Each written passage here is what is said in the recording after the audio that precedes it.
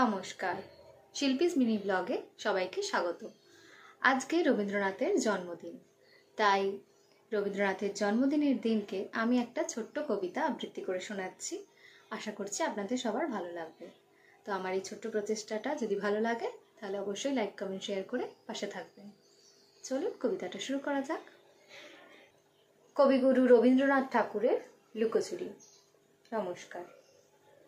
আমি যদি দুষ্টুমি করে চাপার গাছে চাপা হয়ে ফুটি, ভোরের বেলা মাগো টালের পরে কচি পাতায় করি লুটোপুটি, তবে তুমি আমার কাছে হারো। তখন কি মা চিনতে আমায় পারো?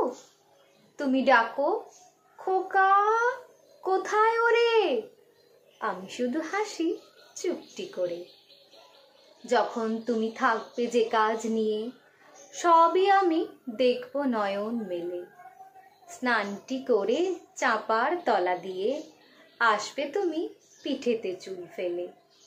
এখান দিয়ে পুজোর ঘরে যাবে, দূরের থেকে ফুলের গন্ধ পাবে।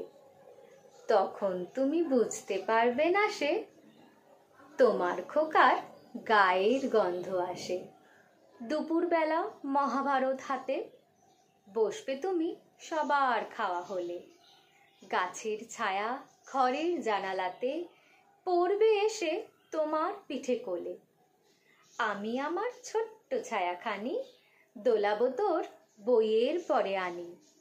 তখন তুমি বুঝতে পারবে না সে তোমার চোখে খোকার ছায়া ভাসে।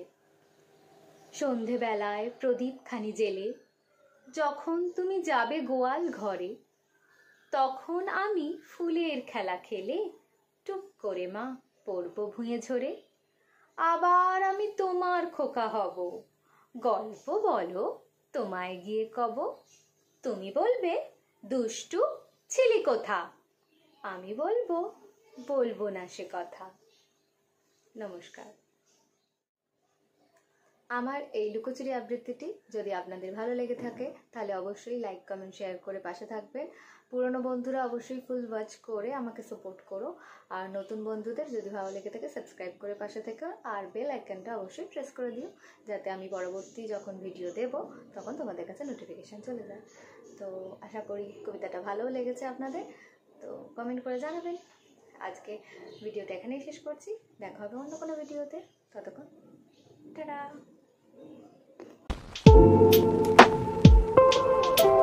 Thank you.